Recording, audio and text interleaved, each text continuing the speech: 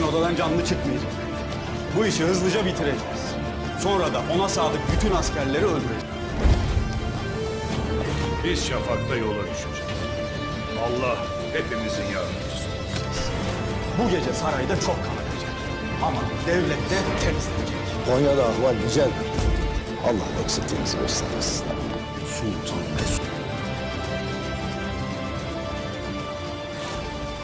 अस्सलाम वालेकुम दोस्तों, सुल्तान मसूद की जानिब से उस्मान गाजी को मज़ीद नए फ़ौजी दस्ते देने का ऐलान किया गया था और आप सब जानते हैं कि निकोला और तुगाई खान का भी तीसरा इत्तेहाद हो चुका है और उन दोनों ने मिलकर उस्मान गाजी पर हमला करने की भी मुकम्मल प्लानिंग कर ली गई है। क्या आपके अंदाजे के मुताबिक अब जब उस्मान गाजी को नए मज़ीद फ़ौजी हथियार मिलेंगे तो वो उन दोनों को बआसानी शिकस्त दे सकेंगे और बामसी भाई और अब्दुर्रहमान का भी बदला ले सकेंगे।